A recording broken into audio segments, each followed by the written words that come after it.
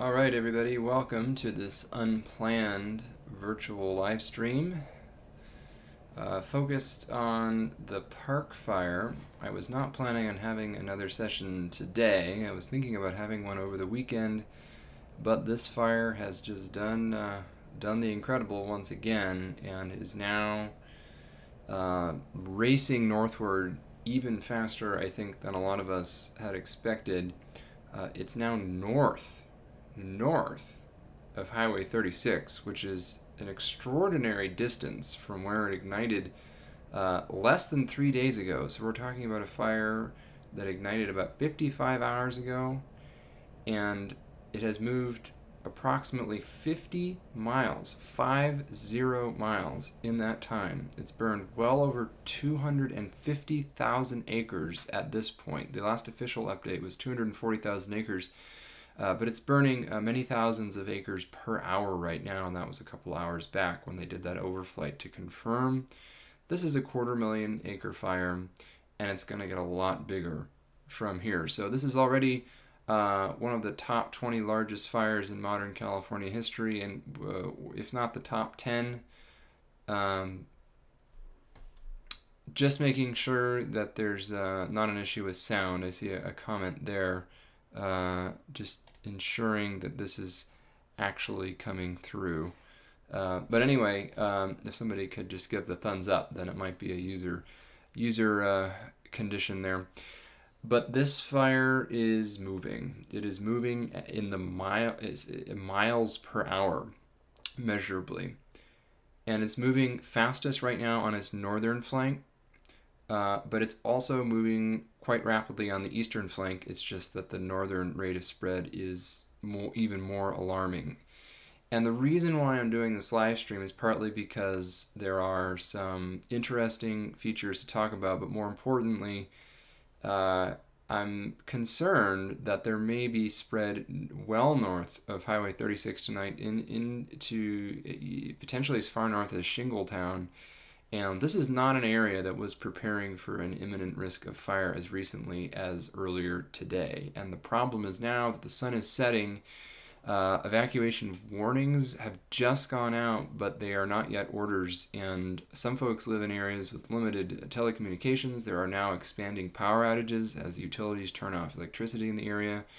There's a growing risk that this fire actually makes it into the Shingletown area tonight in darkness without all that much warning. And again, this is not a large town by any means, but relative to the region, as a population center, because much of the area is rural and not heavily populated, but there are a few thousand people living in and near Shingletown in a fairly distributed setting. So this is classic WUI, wildland urban interface, where there are homes and commercial structures interspersed fairly sparsely on the landscape in the vegetation, embedded in the trees and the brush and the grass. And although there aren't lots of buildings right next to each other, cumulatively over several miles, there's actually hundreds or more structures. There's actually quite a lot of people and structures at harm's risk right now in a way that I think folks were not necessarily anticipating. This fire has just moved with incredible ferocity and speed. It's currently putting up large pyrocumulonimbus clouds, fire-generated thunderstorm clouds. I'm not seeing any lightning yet, although it is possible, but for all intents and purposes, these are fire-generated thunderstorm clouds without the lightning. My colleagues in the fire weather world have been tracking all day rotating pyrocumulus clouds, not quite as violently rotating as yesterday's event, which likely brought a fire tornado on the eastern flank of the fire, although there may be, the radar coverage is not as good in this remote part of the state, so it is possible that there are fire vortices on the ground right near Highway 36 right now. And in fact, this may be what helped the fire just jump 36, as it did moments ago, right before I signed on here. So I want to show some imagery, but I just wanted to give that face-to-face. If you get an evacuation order, even if it feels like the fire should be pretty far away, this is one where I would heed it or even act preemptively, because this one is moving unbelievably fast. And I don't say that lightly. I've watched many of the record-breaking wildfires in California in recent years. The last couple of years were mild. This year is shaping up not to be, and this fire certainly isn't. And it has the potential to do some pretty nasty things. And earlier, I was a little bit less concerned because this was moving into a rural area. Well, since yesterday, it has completely burned through that area and is now once again approaching places that have more towns potentially in its path. It just blew right through that, and it's already passed. To the east, I know, as some fire experts have mentioned, there is the Dixie Fire footprint from 2 years ago that will provide some protection to areas around Lake Almanor, although I'm not totally convinced that there isn't still enough fuel in certain parts of that footprint that this fire could still make significant inroads there, although I do think that some of the post-fire mitigation activities in and around the Lake Almanor area probably reduces the risk to that region pretty significantly relative to places like Shingletown, where right now this fire is fast approaching and there's very little to do about it because there's a fast-moving fire with an almost continuous unburned fuel bed between the town and where the fire currently is. So I'm going to go through and answer questions later, but first I'm going to share my screen, and it's first going to be satellite. I'm going to have to show the whole display capture so you see everything I'm doing here. So you're going to see an infinite window, an infinite loop window for just a second before I transfer things over.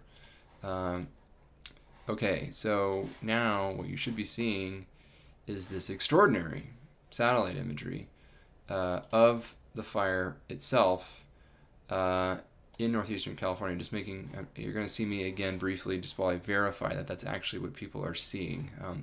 I promise I'll figure out a smoother transition here, but I'm still a one-man team here, so bear with me for a moment while I share this.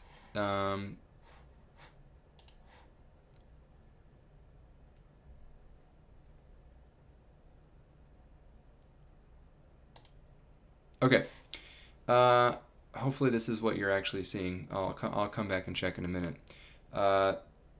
So what we see is this incredible fire footprint right now in covering an area now significantly larger than Lake Tahoe,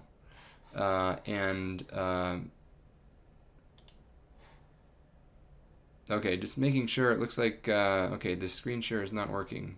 Let me make sure that that's... Oh, apologies, that is why. Okay, now you'll see the infinite window. Now you'll see the what I'm intending for you to see. Apologies for that. Just give me a second here.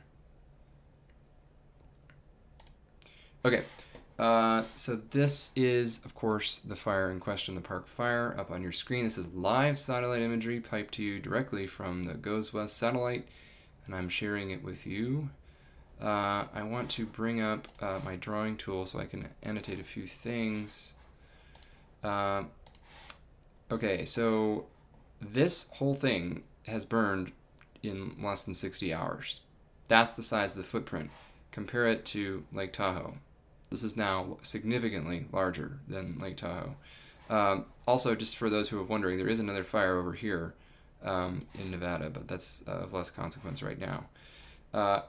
This is a quote-unquote false color imagery, so this isn't really what the Earth looks like from space. It's not actually this green, unfortunately. But this is indicating where there's live vegetation, and of course the dark brown and black is indicating where there is, well, dead vegetation. This is the area that has burned in this fire. Also in this, you earlier could see the old Dixie Fire footprint beneath it near Lake Almanor, but that has since been covered by smoke, so you can't really see it at the moment.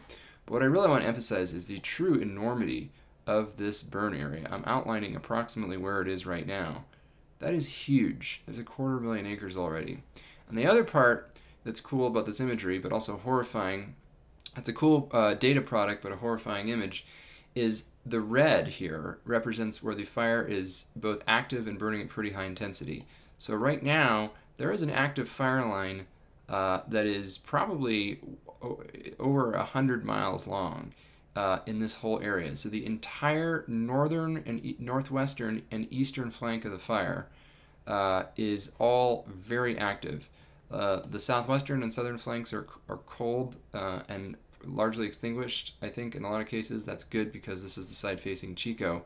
But this is not good news for anybody in this region because this fire is really trying to move in several directions, and in large cases is on average this is upslope because of course the slope goes up in this direction on the western slope of the Sierra Nevada. It also starts going up in this direction as you get in the northern mountains. So this is a fire. There's now evacuation orders in 4 counties in this region right now, and those may continue to expand. Frankly, I would not be too astonished to see a final fire footprint that looked something like that, or potentially even larger. That's pretty alarming, but I think that's where we're headed. Don't take this too literally, but this is potentially what could happen. Okay, one thing I wanted to point out as well is that it may be easier to see on different imagery, so I'm going to change it over. But look in this region for the pyrocumulus clouds. I'm going to swap out this tool for a moment and switch over to a different view. This is what it actually looks like from space. So of course a little bit less green, but this fire looks no less extraordinary. And again, you can even more clearly see that it's still active all the way from here on the western flank to here on the eastern flank. So this entire arc is actively on fire. That's unusual to have such a large and divergent active fire front. This is that pyrocumulonimbus cloud. This is a very large one, but then this is the one that's currently rotating, as I'll show on radar. You can see the smoke plume, the really dense smoke plume with different shear layers extending over a broad region, and really if you include the whole plume, it's all the way into multi-state region. The air is unstable. You can tell there were a couple of isolated showers and thunderstorms today, not associated with the fire, but unfortunately nothing with precipitation in the fire area. There's mid-level clouds over Nevada with a monsoonal surge.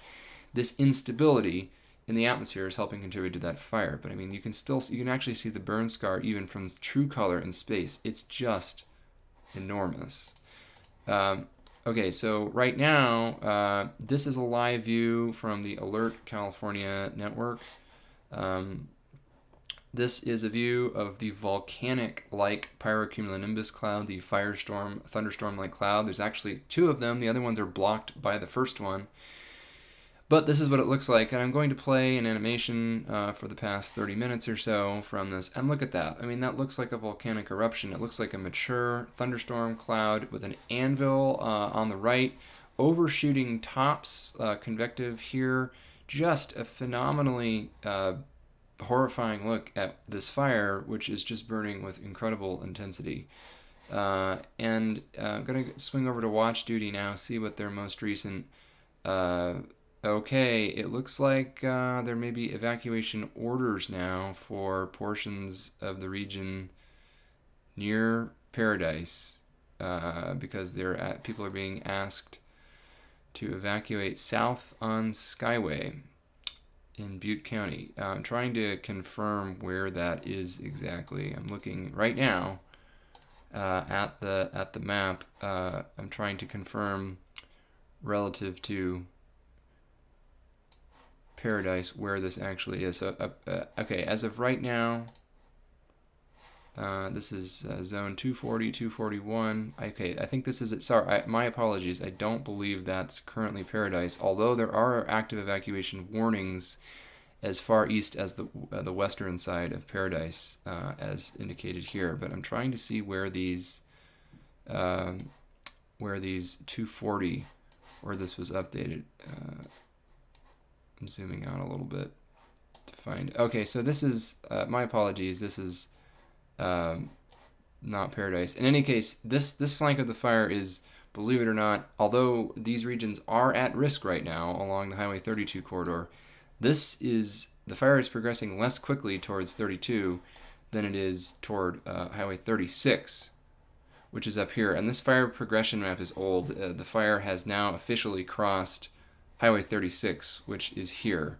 I'm going to get my drawing tool back out. So this is 36. And the fire has officially crossed. So the fire in this vicinity is now north of Highway 36. So this was potentially going to be a control line. I don't think that's the case anymore. So the fire is north of Highway 36 and moving aggressively north. So, okay, so I'm going to zoom out a little bit more.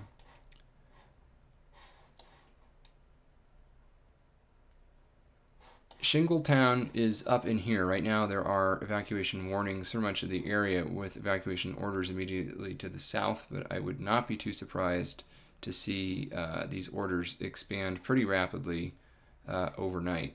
And just to give you a sense of the overall scale, this dark red are mandatory evacuation orders, which is already for a huge area, but the evacuation warnings extend over just a vast area all the way to the shore of Lake Almanor.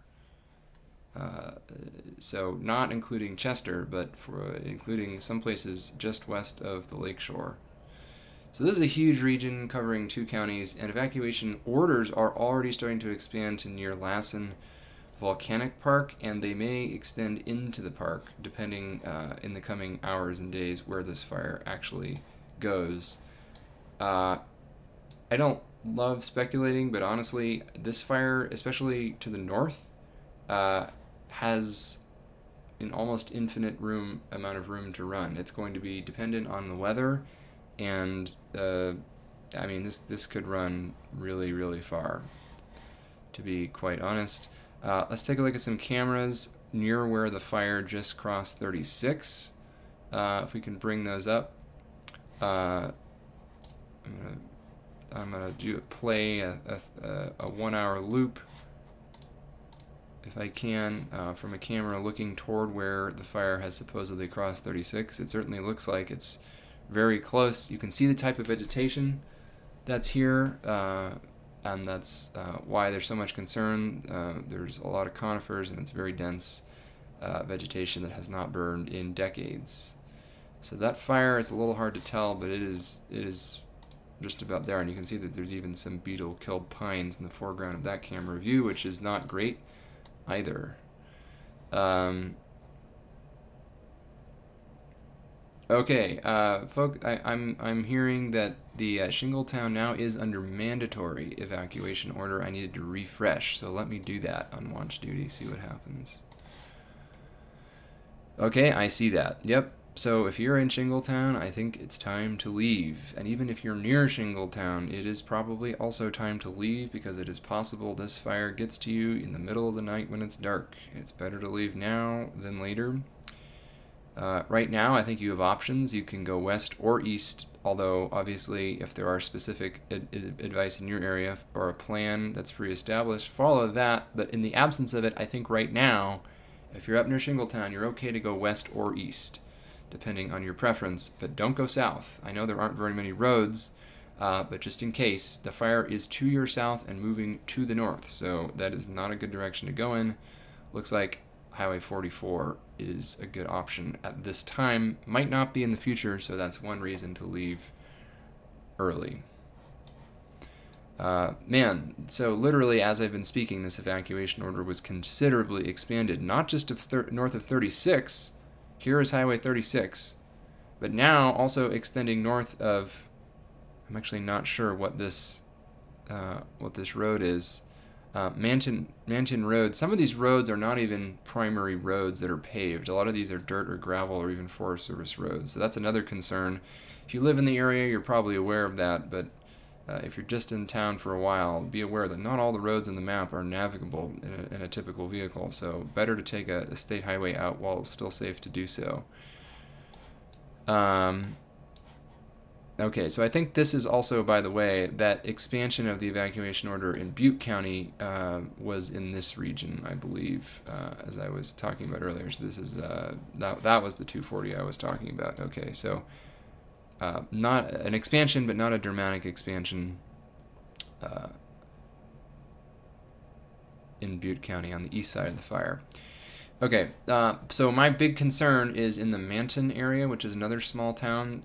That's even more immediately threatened. The fire could be there in a matter of an hour or two. I mean, I hate to say it, but it's here, and here is the Manton area. It's getting close.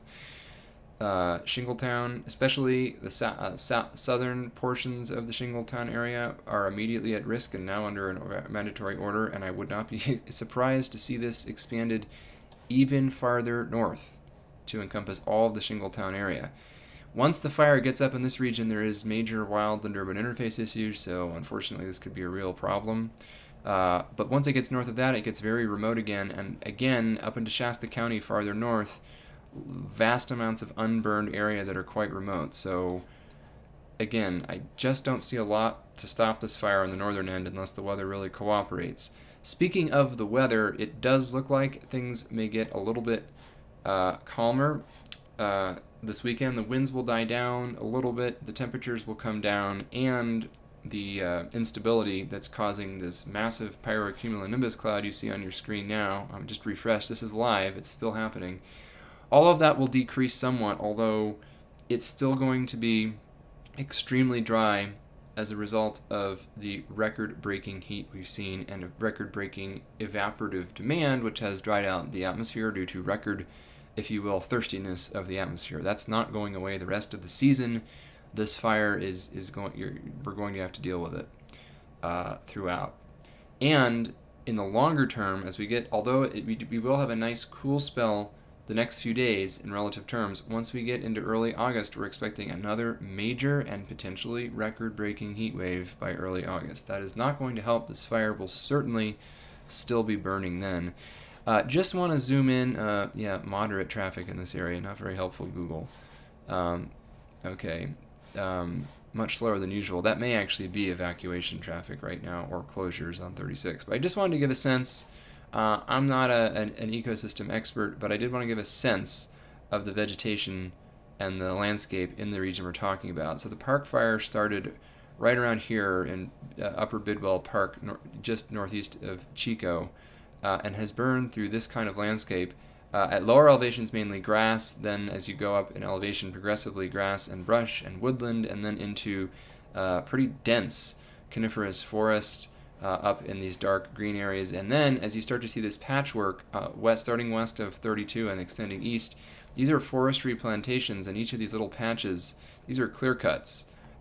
Lest you think that those might provide fire breaks, these patches, as you may have heard ecosystem scientists describe, are incredibly flammable because logging in this way removes the fire-resilient mature trees and leaves all of the super flammable small trees, grass, and brush. So the fire may actually accelerate across these clear-cut patches, and there are a whole lot of them, hundreds of them, along the eastern flank of the fire, all the way up. It's burning in this region right now, so this is the pyrocumulonimbus is on top of these forestry plantation and clear cuts, which it's burning through with great ferocity. This is where it's jumped 36, which is in a heavily forested area, and then there's more forestry plantations to the north. A little bit more of a mixed vegetation regime, grass and brush mixed with forest in the Manton area, although you have forest east of there.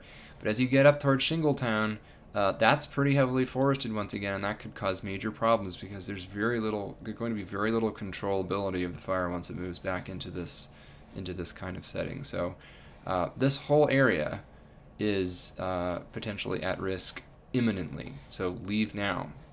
That is, you're officially under an evacuation order. As you can see up here, the state forest going up into Lassen Park, it's just a vast expanse of. The only good news, there's not a lot of towns once you get north of 44, but also there's just a tremendous amount of land potentially to burn if it continues in that direction. This satellite map is a little blurry, and actually doesn't look like to me like this has been updated since the Dixie Fire.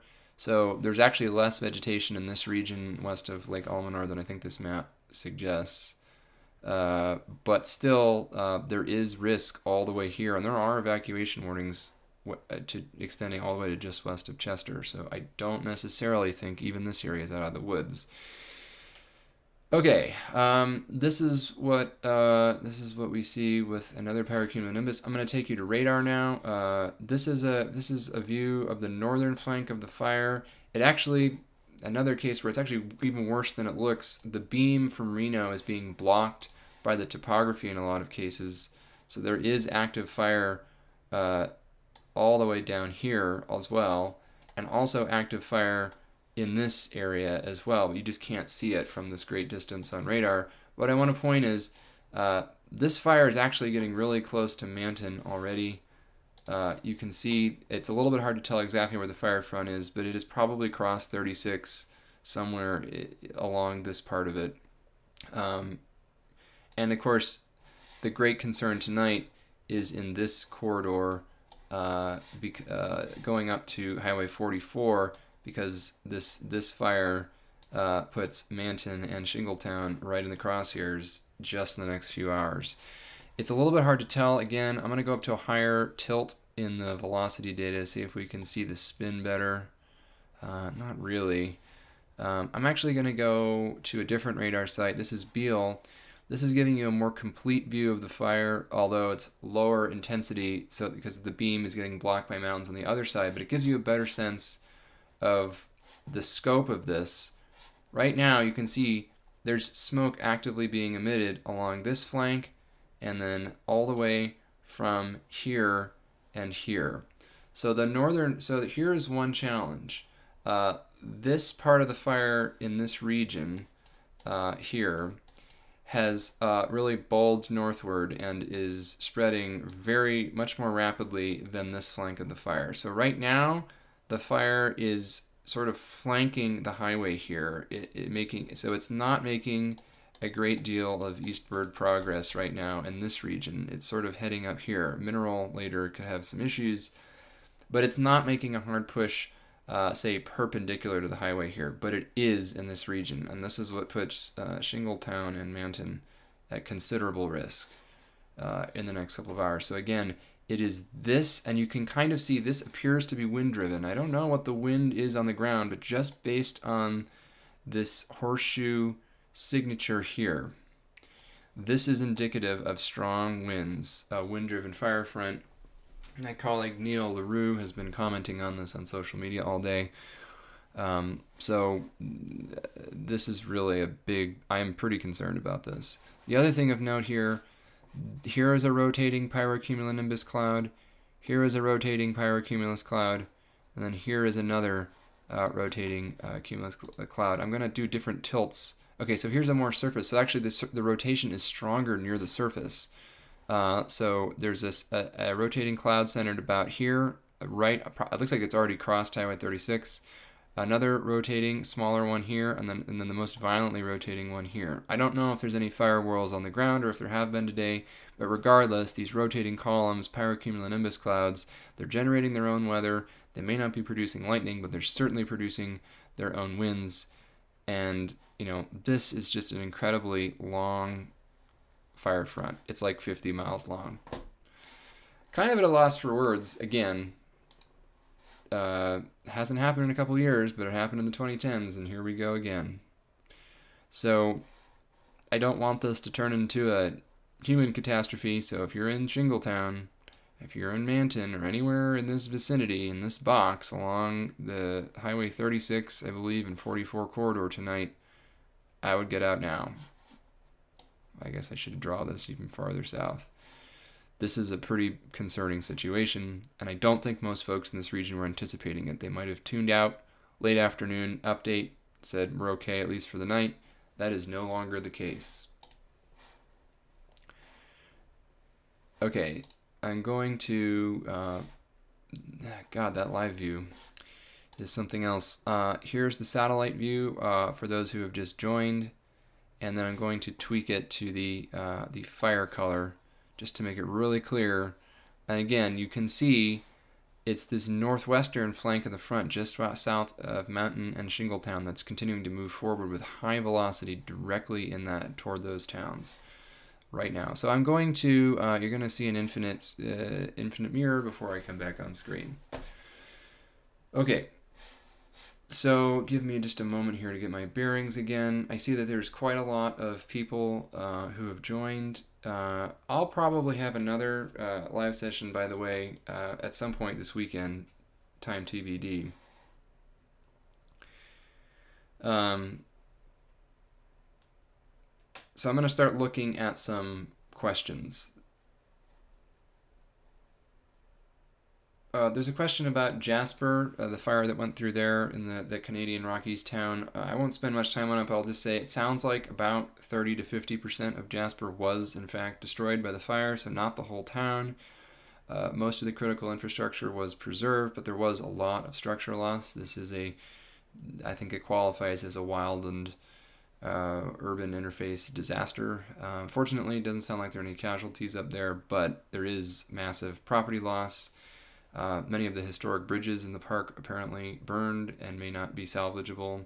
And the fire is not extinguished. They did get rain, lower activity yesterday and today, but it's going to get really hot, dry, and windy once again, and there could be further issues. So, to be continued.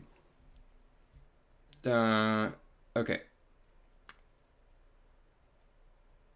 There's a question about whether higher humidity and cooler temperatures of the weekend will bring relief. I think it will bring some relief, although frankly, this is now become the rate of spread will probably decrease, but it might still be pretty fast. We might see less pyrocumulus activity, but we're probably still going to see some because we get rid of some of the wind-driven component, but the vegetation is still going to be at or near record dryness levels. There's really high fuel loading from the wet winter we just had. Wet winter followed by record heat in the summer, again, is the nightmare scenario that I was warning about in the spring, and unfortunately this is exactly what it looks like when you get an ignition in the wrong place at the wrong time in that context. So cooler temperatures will help. Less unstable conditions will also help, but the problem is a few days from now it's going to really heat up and dry out again and be actually really, really hot again, anomalously hot. And this fire is not going to be extinguished in a matter of hours or days. It's going to be weeks, if not months. This fire may be with us in the fall. We can talk about it later, but this is the kind of fire where you worry that if they don't get a good handle on it on the western flank by offshore wind season, Jarbo Gap wind season, that could actually cause a problem to the west. Not an imminent threat, nothing in the forecast in the next 7 to 10 days, but that is a potential future concern weeks down the line. I do think it makes sense to be talking about that, although right now there are more urgent issues. Again, just to remind folks, if you're in that Manton Shingletown area, it's time to leave tonight, and preferably sooner rather than later.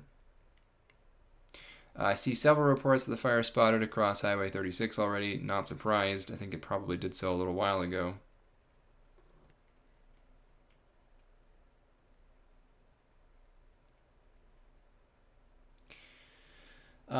A question about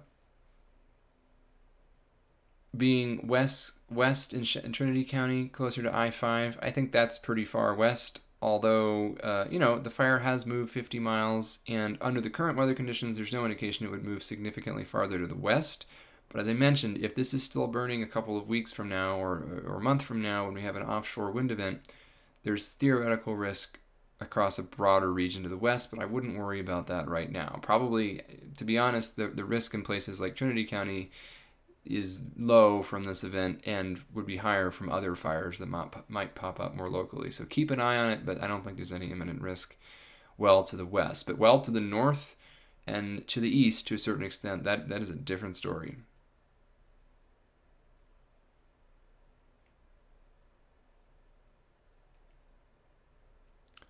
Yes, confirming this is all regarding the park fire. There are other major fires right now in California, but this is the one that I'm really concerned about in terms of causing real harm potentially unexpectedly overnight tonight.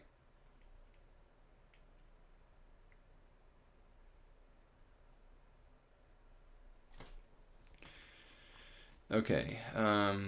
Yes, the satellite thermal data is indeed old. The secret is that it's always old. Once you see it, it's where the fire was usually hours ago. Sometimes as much as 6 to 12 hours in the past. So you should never use it for personal safety or operational reasons. In this case, the fire is moving 5 to 10 miles beyond where the IR maps says it is. In some cases, because of the 6 to 12 hour latency, it's moving, in some cases, 5 to 10 miles in just 6 to 12 hours.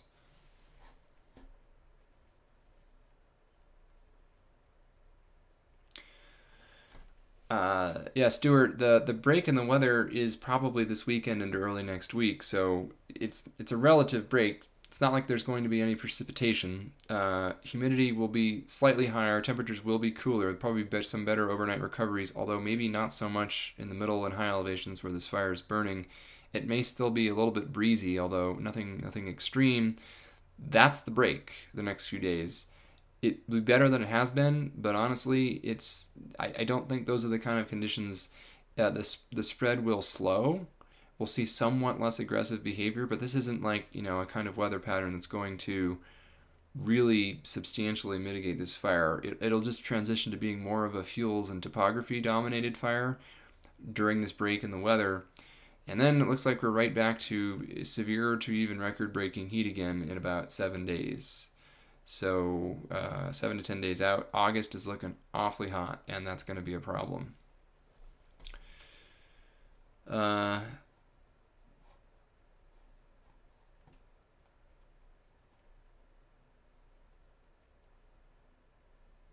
Yeah, Mary mentions it would be sad to see this take out part of the lesson that the Dixie didn't get. Unfortunately, there's a real chance that does happen here. Again, I'm not worried about Reading in the near future. You'd have to have a strong east wind event from the east. There's no indication of that right now. That's pretty low on my list of concerns. But if this fire is still burning and active on the western flank in a few weeks, when you do get an offshore wind event, that could be a problem. Tracy mentions there's a monastery in Manton and they're evacuating now. Glad they're aware of it. That's probably necessary at this point.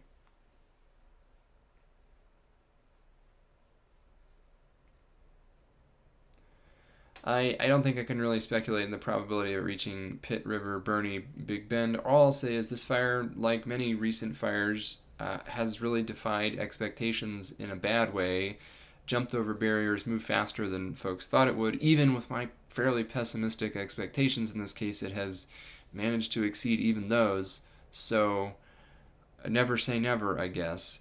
To get there, it would either have to take a very circuitous route or burn through the entire Dixie footprint, which I think is a lot less likely, although not entirely impossible. So it's certainly not an imminent risk. I can't really speculate on the likelihood in the longer term.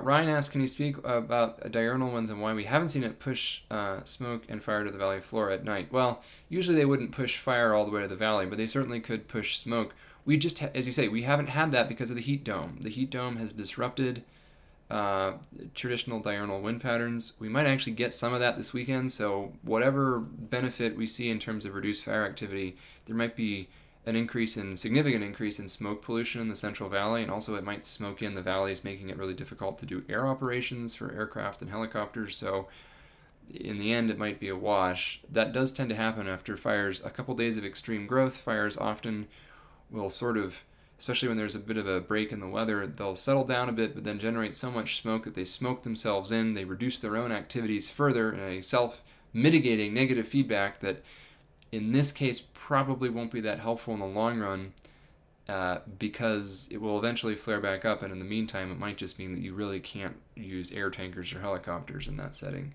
So the one thing it would help with is giving some more time for evacuations to proceed in a little more orderly fashion and to pre-position resources and do some fuels treatments around roads and other barriers, things like that.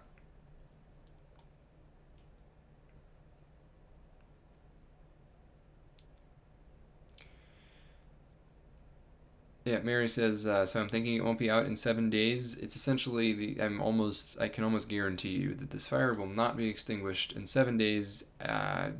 It could be closer to 70 than 7. That's not a specific prediction, but this will be weeks for sure, and possibly months, with a fire in these locations burning at this scale, in all likelihood.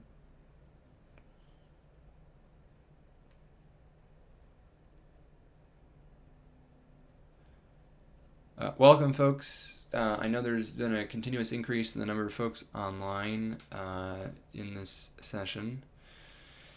The most important piece of information for anybody who's joined late is that if you're in the Shingletown or Manton area, it's time to go. I know you weren't planning on it, but this fire is now on your doorstep and could arrive in the overnight hours in darkness tonight. It's time to leave. Right now you have options. Later on you might not.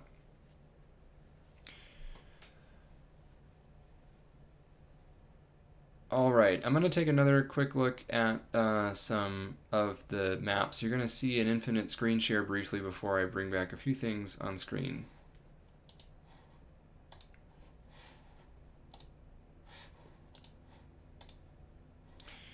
Okay, just for those just joining, this fire and its footprint is truly massive. You can see it in this region. It's extremely active on the northern flank and the northeastern flank right now, producing multiple pyrocumulonimbus clouds, which you can see here in this live view. I'm going to run the full 3 full hours now, and you can see just how much this has ballooned and just how many pulses of this pyrocumulonimbus cloud there have been all afternoon. It just goes on and on and on and on. It looks like a volcano erupting, and in many ways the plume does actually resemble an erupting volcano. This is what it looks like now.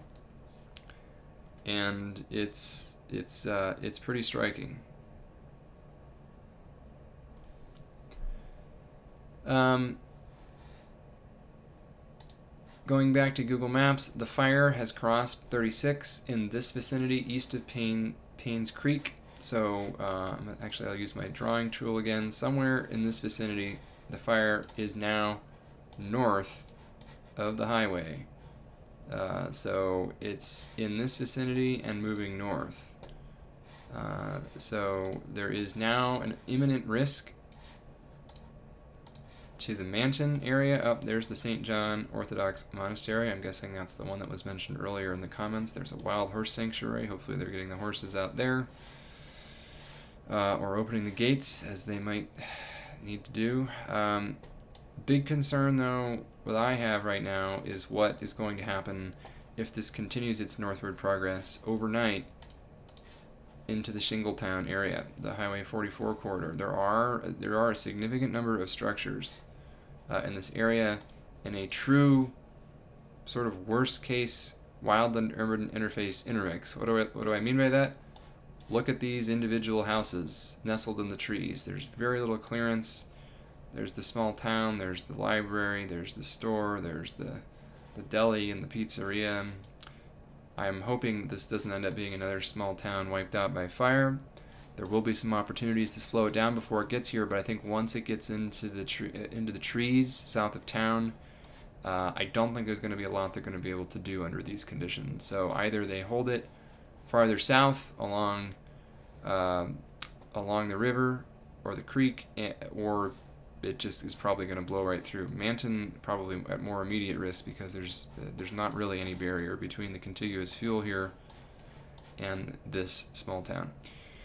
And again, all of these clear cuts and forestry plantations are super flammable, and they're not providing a fire break. Very much the opposite. They're a fire accelerant in most cases.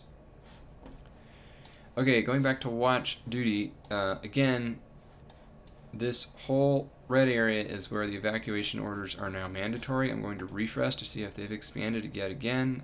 Looks like they're about the same as they were. But again, all of Manton, mandatory evacuation.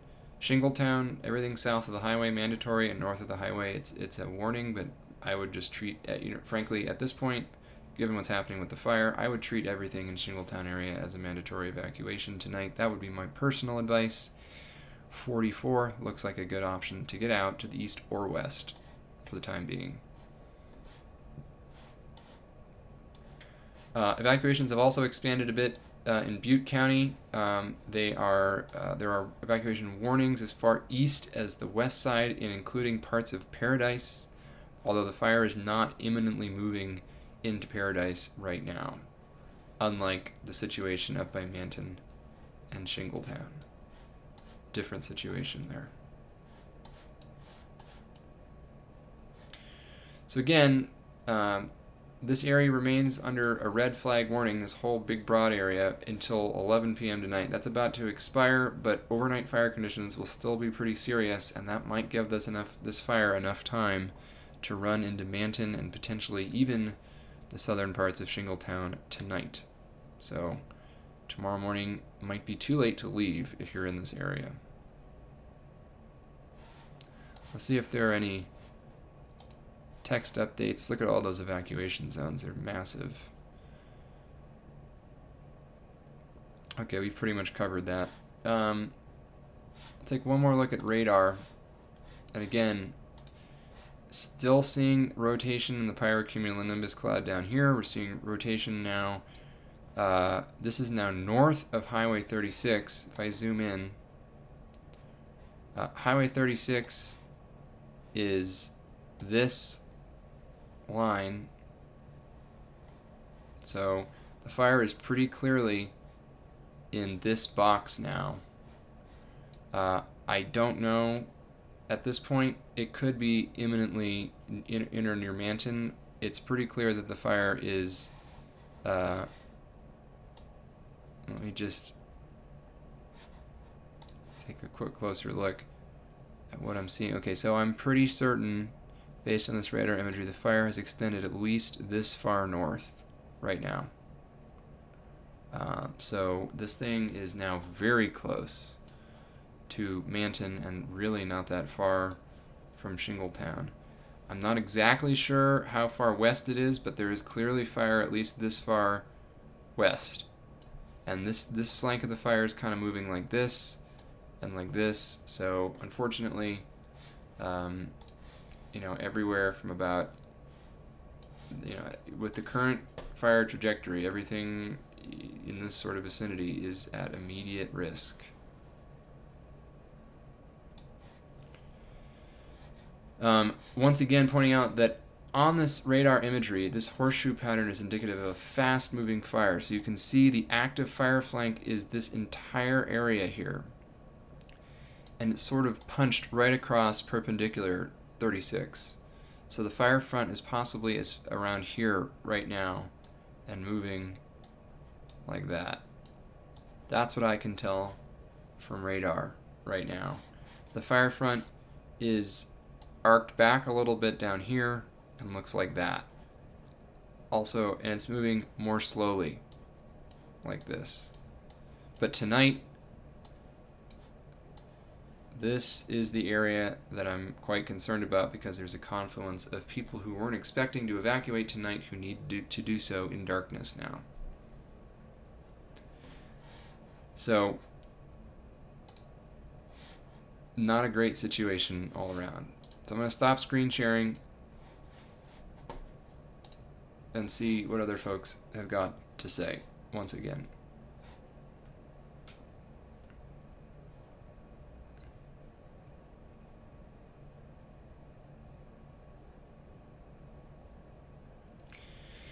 There's a question about whether authorities are evacuating Shingletown, or I can only assume so. I'm assuming that CAL FIRE, the local sheriff's office, are probably the main entities involved.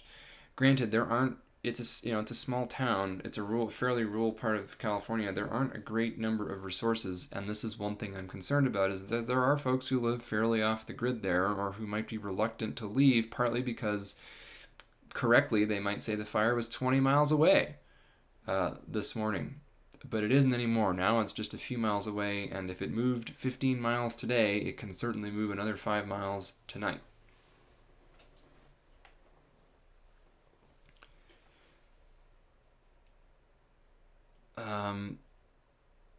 But yes, the challenge is, this is not a densely populated urban area, and so you do have to go door to door, and those doors are pretty sparsely separated. So they're probably running through town with the two-tone evacuation sirens on the county sheriff vehicles. Remember that two-tone siren is now being used throughout California. The European style, you could call it, two-tone siren on police vehicles is used to indicate that you need to get the hell out of Dodge. That is the exclusive use of the two-tone police sirens in California. If you hear it, it's an evacuation signal.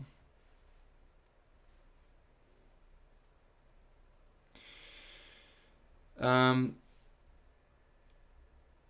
all right, so I'll give folks another minute or two to ask any last minute questions. Wrapping up, just wanted to again offer one last reminder that if you're in that corridor between Manton Shingletown area, I know it feels like you're far away from the fire, but it is coming your way, and it could be there tonight. So I would, if you're under an order, I would definitely evacuate, and even if you're under a warning or feel uncomfortable, I would consider preemptively evacuating as well. You have time to do so safely in the next few hours at least. At least in Shingletown, Manton is immediately under the gun. I would get out within the hour. Shingletown, you have at least several hours, and it's possible the fire slows down tonight. That's my fingers are crossed. But if it doesn't, it could reach Shingletown tonight in darkness before sunrise, and that would be a big problem.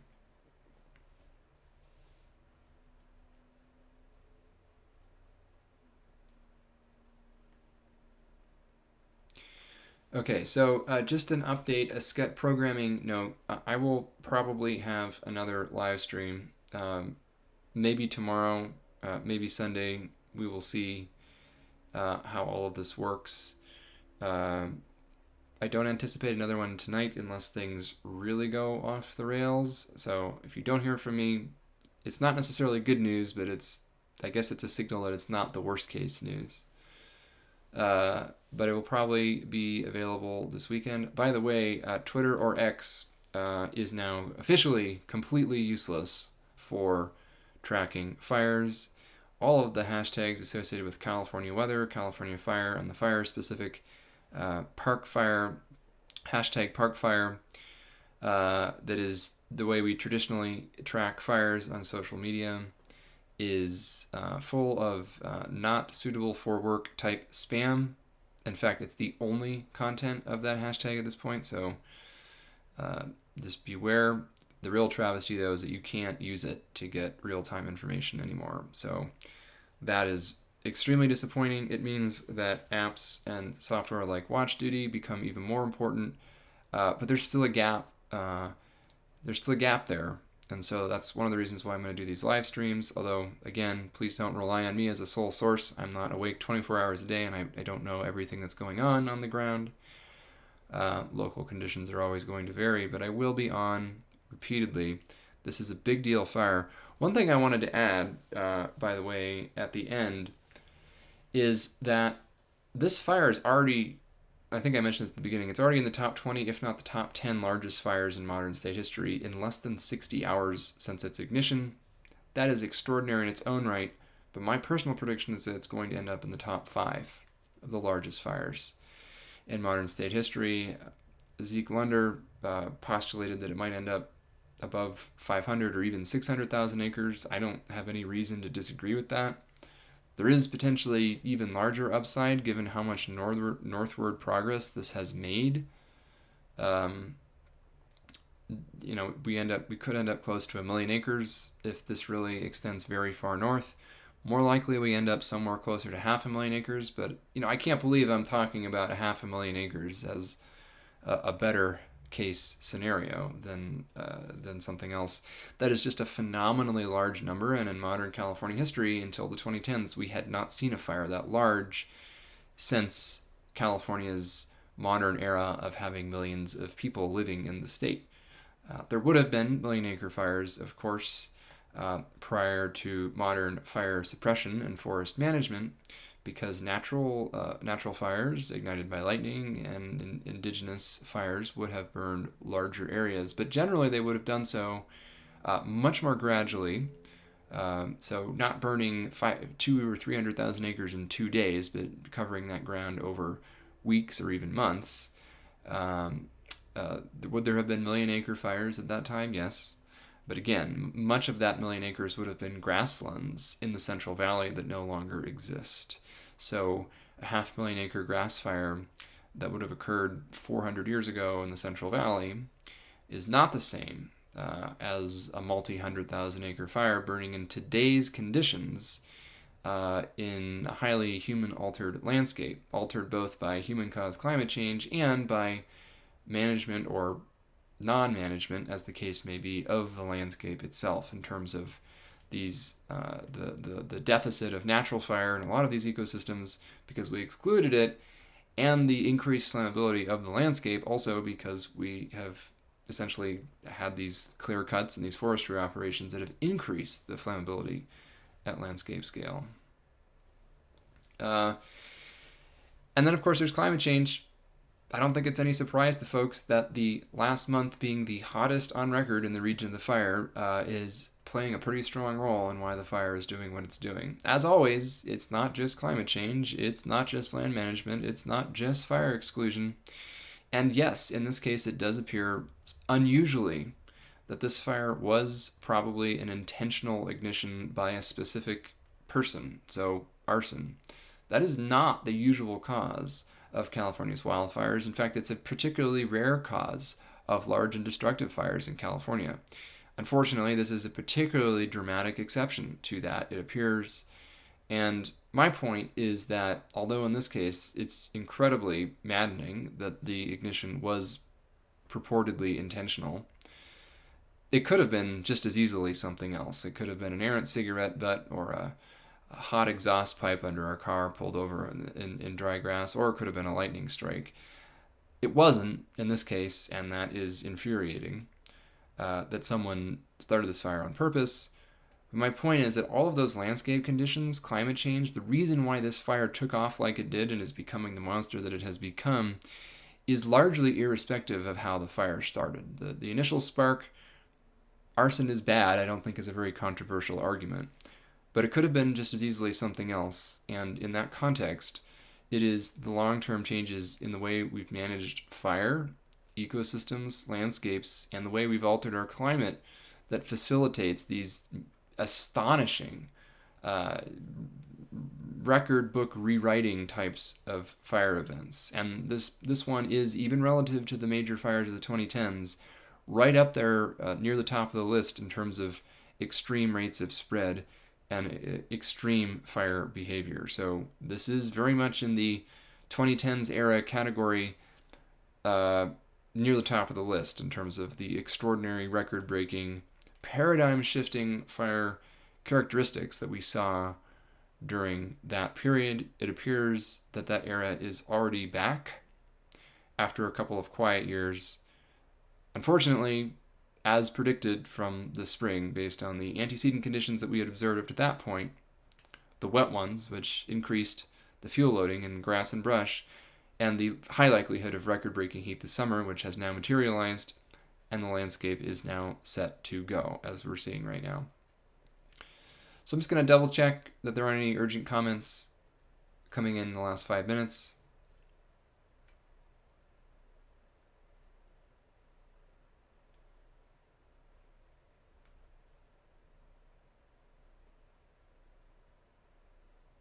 All right, so I think we've covered most of it. Again, if you're in Manton to Shingletown area tonight, I would advise leaving.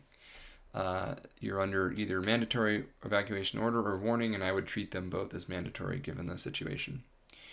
Thanks, everybody, and you can really help this channel by sharing both the live stream links and sharing them after the fact. They are recorded as videos, which are permanently available.